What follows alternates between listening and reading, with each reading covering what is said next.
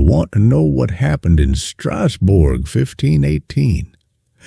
I've spent the better part of my life trying to answer that question, not the one printed in textbooks, not the polite version rattled off in classrooms or documentaries. I mean the real question, the one people ask in hushed tones when they think no one is listening. Was it real? Yes. God help me. Yes, it was real. And not just a fluke of history, not some charming medieval oddity we can laugh at from a safe distance. It was true, visceral, hungry, and it's not finished. But I'm getting ahead of myself. I should start with who I am, at least who I was. My name is Elias Vanner. I was once a professor of historical theology at the University of Leuven. Before that, a doctoral student at Oxford. My field was the intersection of folklore and ecclesiastical history, which, I now realize, is just a polite way of saying things the church tried to burn. I published, I debated, I lectured, but in the end, I ran. From what I found, from what followed, the first time I read about the dancing plague, I was 19. It was a footnote in a book on mass delusion. 5 lines wedged between witch panics and flagellant processions. It stuck with me, not because of what it said, but because of what it didn't. No known cause, no consensus on why it began. Hundreds danced, some to death. Then it stopped. That's it. That's all they tell you. But you can't describe a rupture with a sentence. You can't bottle what bled out of that city in a paragraph. So I dug. At first, for curiosity. Later, for obsession. I started collecting references, letters, sermons, burial records, even old ballads. Every thread led deeper. And the more I found, the more I realized Strasbourg wasn't the beginning. It was only the one we noticed.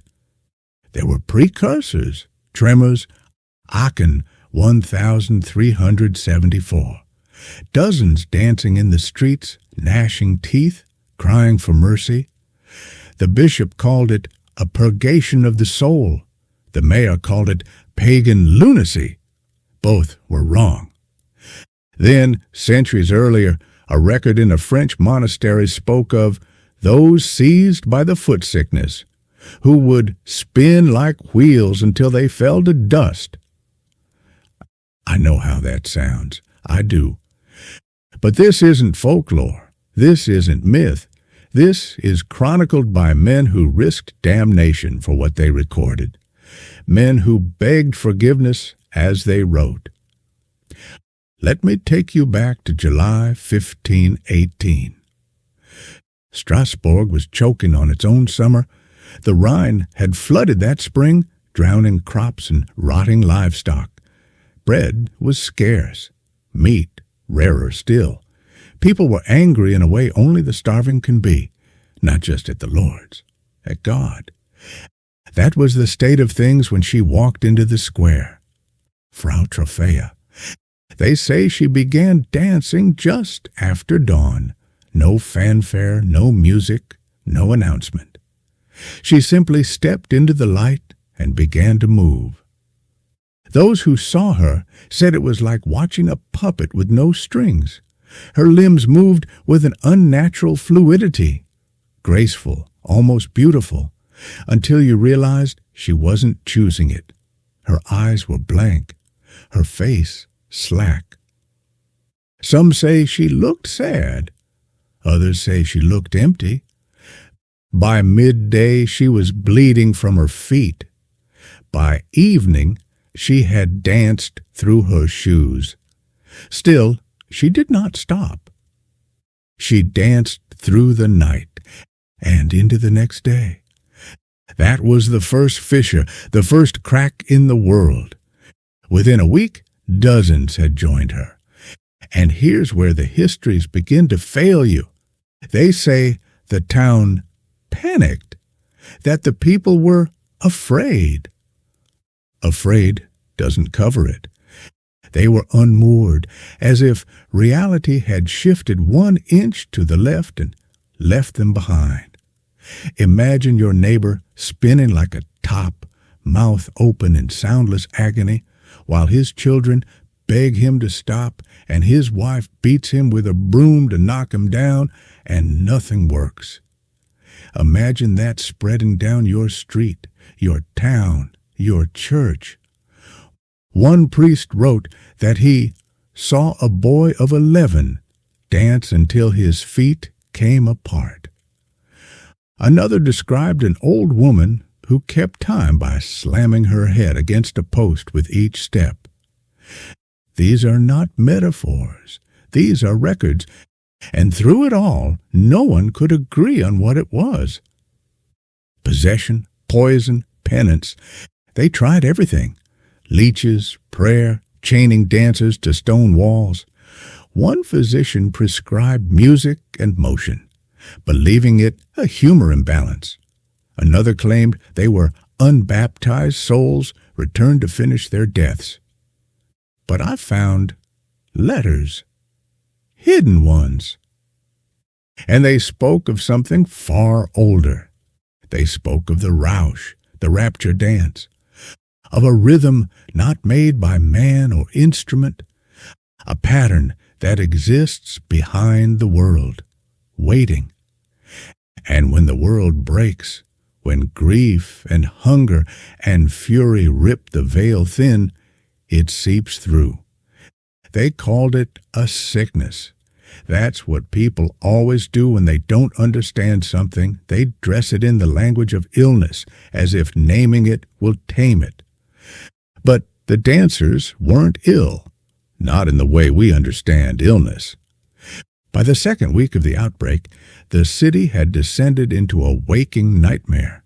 You could hear the footsteps at all hours, a ceaseless arrhythmic pounding on the cobbles and wooden floors like the heartbeat of something buried too deep to name.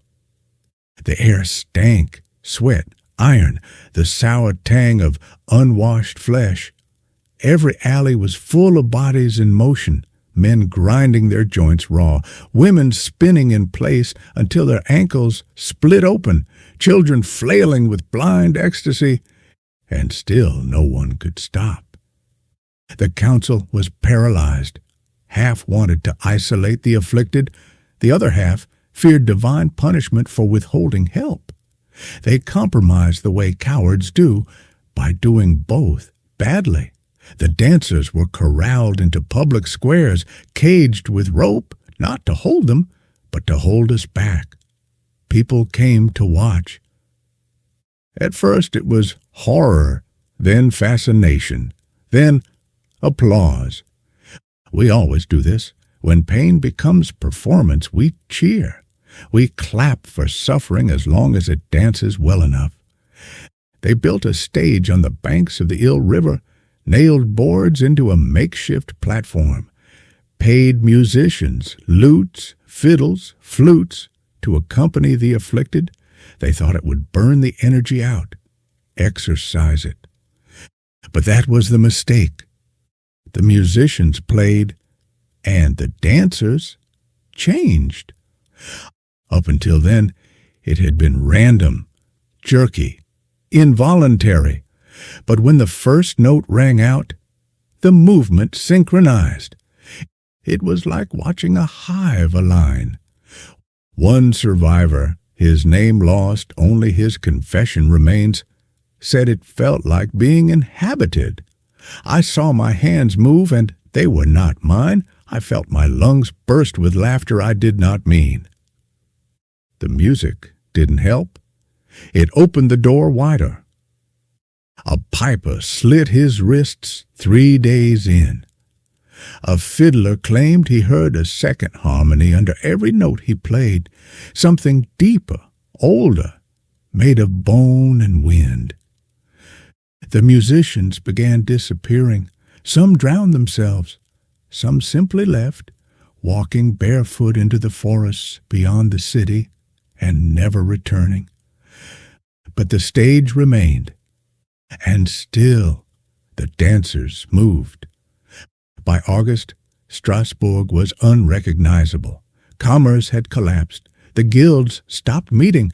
Churches filled only with silence and the damp smell of bodies that refused to rest. Marriages were postponed, baptisms forgotten. Death became mundane. That's what the records don't tell you. It wasn't the dying that unmade the city. It was the living who would not stop. I found a journal from a woman named Margrethe, a midwife. She tried to help at first, binding wounds, lancing blisters, trying to feed broth to open mouths that could not swallow. Then she realized something. They were not suffering, not in the usual sense. Some wept, yes, but more smiled, emptily, beatifically, as if they'd glimpsed something beautiful and terrible and were only sorry they couldn't look away. She wrote, "I held a man as he died still moving, and I asked what he saw. He said, 'The golden steps, the man with no face.'" I keep coming back to that line. The man with no face. It appears in 6 separate sources from that summer. A child whispered it in a confessional. A soldier scrawled it into the margin of a requisition ledger. A dying nun carved it into her cell door. He watches. He waits. He wants you to move. Was it hallucination? A shared delusion? Or was it the shape behind the dance? There's a pattern to these outbreaks. They begin at the edge of hunger, not just food hunger, but grief hunger, faith hunger, desperation so deep it hollows out the chest and leaves room for something else to enter. That's what I believe after all these years. The plague isn't a sickness. It's a summons. It comes when the ground is thin, when the veil weakens, when enough people want to forget the weight of their own skin. It offers release. And what better seduction than movement? Dancing is joy. Dancing is freedom. But when it is unchosen, when it is unending, it becomes something else. A liturgy of surrender. That's what the people of Strasbourg were drawn into. And not all of them fought it. Some embraced it. You might ask, why didn't the world stop what was happening? Why didn't someone intervene? You have to understand the world of 1518. Strasbourg wasn't some forgotten village. It was a city of importance, an imperial free city under the Holy Roman Empire. It had clergy, magistrates, a university, a printing press. But none of that mattered, because fear is a solvent. It dissolves the structures we build, even the ones made of law and scripture. And this fear was not clean. It didn't come in one piece. It came layered, shifting. Some feared God. Others feared the devil. But the wise feared something worse, that this had nothing to do with either, that it was something older. By late August, the dancing wasn't contained to the square. It was spreading into alleyways, chapels, farms, just beyond the city's edge. Even the woods were not silent. There were reports of movement in the trees, shadows that swayed without breeze, and still no army came, no order from the emperor, no delegation from Rome. Strasbourg was abandoned, not officially, but spiritually, left to wade through its own unraveling. I found a letter, sealed, unsigned, buried in the archive of a monastery in Trier. It was never meant to be opened. The author describes watching a girl, 8 or 9 years old, dance in a corner of his garden for 3 days. Her heels never touched the ground. She didn't eat, didn't drink. On the third night, she stopped and crumbled to ash. Not death, not collapse, ash. I almost dismissed it. Too poetic, too impossible. But 3 other sources mention something similar. They call it dissolution, the end stage when the body can no longer contain whatever has taken root inside it. I'm not trying to frighten you. I'm telling you what they saw. There were disappearances too. Not all who danced died. Some simply vanished into the forests, into the hills, into cellars whose doors were found open the next morning, the hinges still warm. What happened to them, no one knows. Some said they were taken. Others said they became something else. A woman named Hilda Renk disappeared this way, one moment dancing, the next gone. Her husband found only her shoes, smoking slightly, soles worn through. He went mad within days, scrawled her name 1,000 times on the wall of their house, using what remained of his own blood. He died grinning. There's something else I haven't told you, not because I meant to hide it, but because I don't yet understand it myself. Among the surviving documents, there is a pattern, a glyph of sorts, not a written word, not in Latin, not in Greek, not in any tongue I recognize. It appears in the margin of 3 separate sources. A priest's confession, smuggled out of Strasbourg before he was burned alive. A ledger from the city's grain hall kept by a clerk who died mid-entry, and a medical sketchbook filled with illustrations of the dancers, eyes rolled back, limbs outstretched. All 3 bear the same symbol, a circle split by a jagged line with 7 ticks along its edge. I first saw it in my dreams before I recognized it in the texts. That's the part that haunts me. It's as if it's always been there, waiting for me to remember. They called it the Mark of the Rausch. Not many dared to write the name directly, but when they did, it was always the same. Rausch, not a person, not a god, a force, an intoxication of motion, a rhythm that has no beat, but moves all the same. Something you feel in the bones before the ears. There were those who worshipped it, I think, who believed the dance to be a kind of rapture, a shedding of form, an escape from the mortal. They didn't call it a plague. They called it arrival. I found references to them in burned pages, court records, the Brotherhood of the Shorn Veil, the Children of the Steppe, and one other name, too defaced to be certain, but they all held to the same belief. When the world is ready, the dance will return. And that is why I stopped teaching. Because the dance doesn't need belief to thrive. It only needs cracks in the world. And we're cracking again. I returned to Strasbourg in the autumn of my 67th year. I told no one. Not my colleagues, not my daughter, not even the university, who still sent me letters every spring asking when I'd resume my lectures on early modern Europe.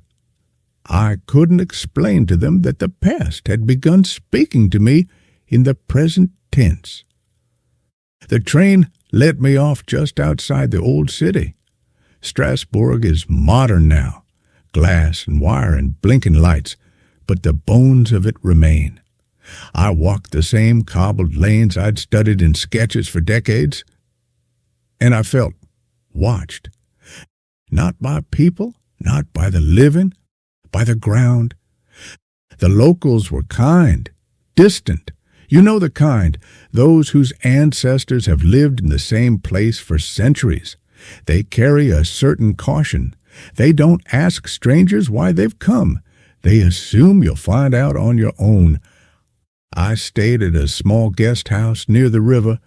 The hostess was an older woman, Marie, with sharp eyes and a way of always seeming to arrive just after I'd woken from the worst dreams. She served me chicory coffee and never once asked what brought me. But one morning, I found a folded note on my breakfast plate. No name, no explanation, just an address. Rue de l'Homme, number 11th, Thiers Street, of course. I followed it. The building was old, far older than anything around it, a relic of wood and stone tucked between two modern storefronts. No sign, just a rusted iron knocker and a door that opened before I touched it. Inside, everything smelled like paper and candle smoke. A man greeted me, thin, translucent skin, eyes the color of soot in snow. He said nothing, just handed me a key and pointed toward a stairwell that spiraled down. I descended into the dark, and there it was, the archive. Not the public one, not the city's official records, scrubbed and sanctioned. This was something older, forgotten or hidden, perhaps both. Dust lay like snowdrifts over everything, scrolls tied with bone-colored ribbon, ledgers bound in cracked leather, and drawings, hundreds of them. People dancing, always the same posture, arms flung wide, heads thrown back, feet barely touching earth. But what struck me most were the eyes. Every figure drawn, man, woman, child, had eyes that were entirely blank. No pupils, no irises, just white void, as if they were looking inward or perhaps outward at something we cannot see. In the center of the room, beneath a glass pane, sat a book, unmarked. When I lifted it, something hummed under my skin. Inside, music, or something like it. Not notes, not exactly, but diagrams, annotations, rhythms without sound, instructions, steps, a dance manual. The handwriting changed halfway through. It became erratic. The language shifted, German, then Latin, then something I couldn't place. No spacing, just an urgent flow of ink, as if the writer was racing to keep up with a thought not their own. At the bottom of the final page, a phrase scrawled over and over. He comes when the feet forget to rest. That night I dreamt again. I was in the square, not as a spectator this time, but among them, moving, spinning. The stones beneath my feet glowed faintly, pulsing in rhythm, and standing at the edge of it all, watching the faceless man. But this time I saw more. Where his face should have been was a mirror, and in it my own face, eyes gone blank, mouth open in silent song. I woke with my sheets soaked through and blood trickling from both nostrils. Marie was waiting downstairs with coffee and a basin of warm water. She didn't speak, just looked at me and said, "You heard it, didn't you?" I said nothing. She nodded. "It's been stirring again, since spring. The bees moved too early. The river froze wrong. The clocks lose time when no one's watching." I asked her how she knew. She rolled up her sleeve. There, on her forearm, was a tattoo. A circle, jagged line through its center, 7 ticks around the edge. The mark. She said her great-grandmother was a dancer, survived it, passed it down. "It's not a plague," she said. "It's a remembering. The body knows what the mind forgets. We were made to move." I asked her what the mark meant. She said, "It's a wheel, the kind that grinds." I left Strasbourg the next day, but I haven't stopped moving since. The Strasbourg outbreak was not the first. It was not even the worst, but it is the one we remember barely, because someone dared to write it down, not just in records and treatises, but in the margins, in the cracks between sanctioned history and the shadows we prefer not to name. After I returned from Strasbourg, I no longer slept in my bed. I began pacing, first for minutes, then for hours. I told myself it was restlessness, the residue of obsession, but the rhythm was back, faint, like a heartbeat just beneath hearing. And so I turned back to the archives. But this time I cast my net wider. There was Aachen, 1374, an entire procession of people dancing through the streets, claiming to see visions of angels and demons. Dozens collapsed. Some tore at their own flesh, crying that the music would not stop. It spread from town to town like a wildfire. Cologne, Metz, Utrecht. Chroniclers were baffled. Priests tried exorcism. Physicians tried leeches. No one stopped to ask if the movement was a symptom or a summons. I tracked one document to a Jesuit library in Ghent, a letter from a nun named Annalisa, written in a trembling hand. She had hidden in the rafters of her convent and watched as the other sisters danced themselves to death in the chapel below.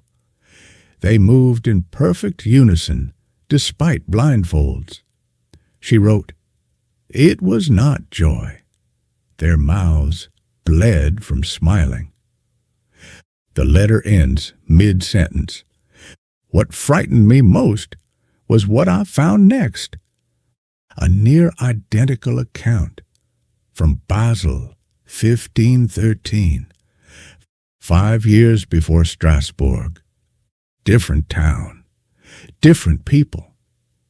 Same rhythm, same bleeding smiles. I began to suspect something horrifying, that these events were not isolated. They were rehearsals. The further back I went, the more scattered the records became, but the pattern held. Trier in 1092, a shepherd's diary from Lombardy, 921 A.D., speaking of the twitching madness that took his wife beneath the harvest moon.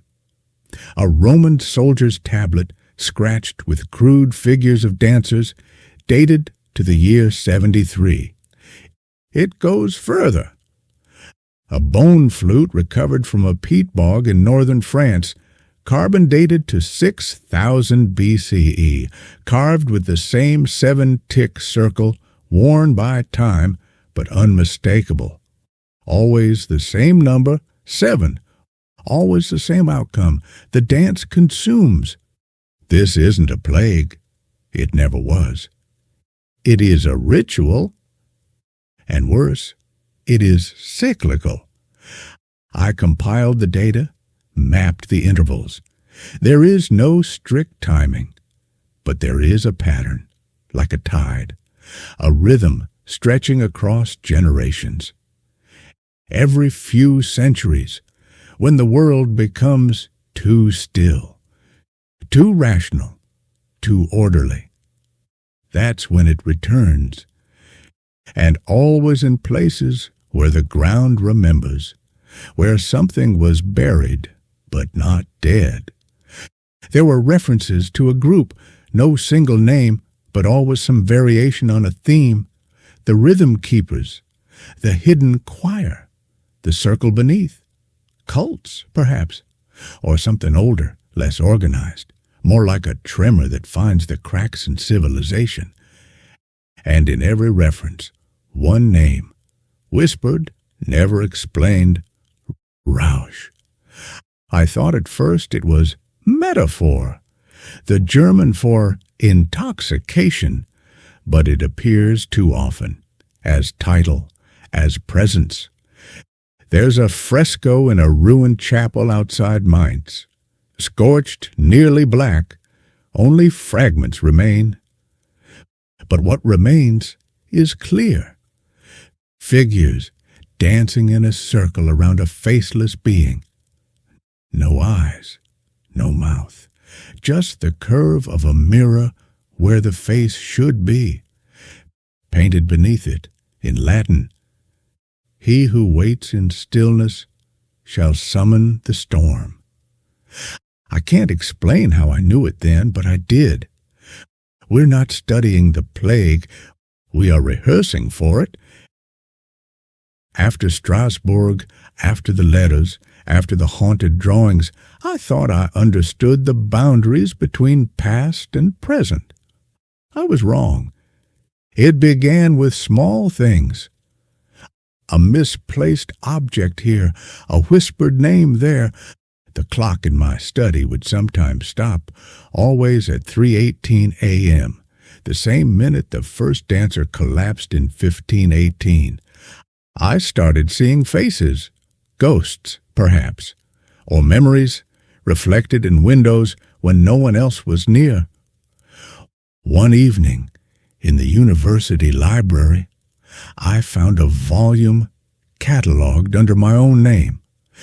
Not the book I'd written, but one I had only dreamed of writing.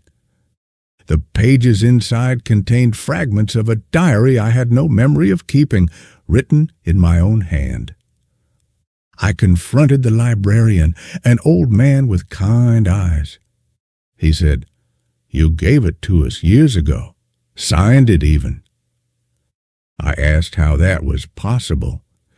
He shrugged. "History is a loop, Mr. Venner. Sometimes the past catches up." At home, the dreams worsened. I saw the faceless man again, but this time he spoke, not in words, but in rhythms. A pulse I felt deep in my bones, a melody that twisted and turned until it became movement. I tried to resist, but my feet began to twitch. My hands twitched. The ink I held trembled, forming the same 7-tick circle the dancers had borne. I found a package on my doorstep, a box of old sheet music, marked with the same symbol. Inside was a note. "He waits in the rhythm. He calls in the silence. We are the dance." I'm writing this now because I don't know how much longer I'll be able to resist. The plague is not illness. It is transformation. The dance is a doorway, and it's opening.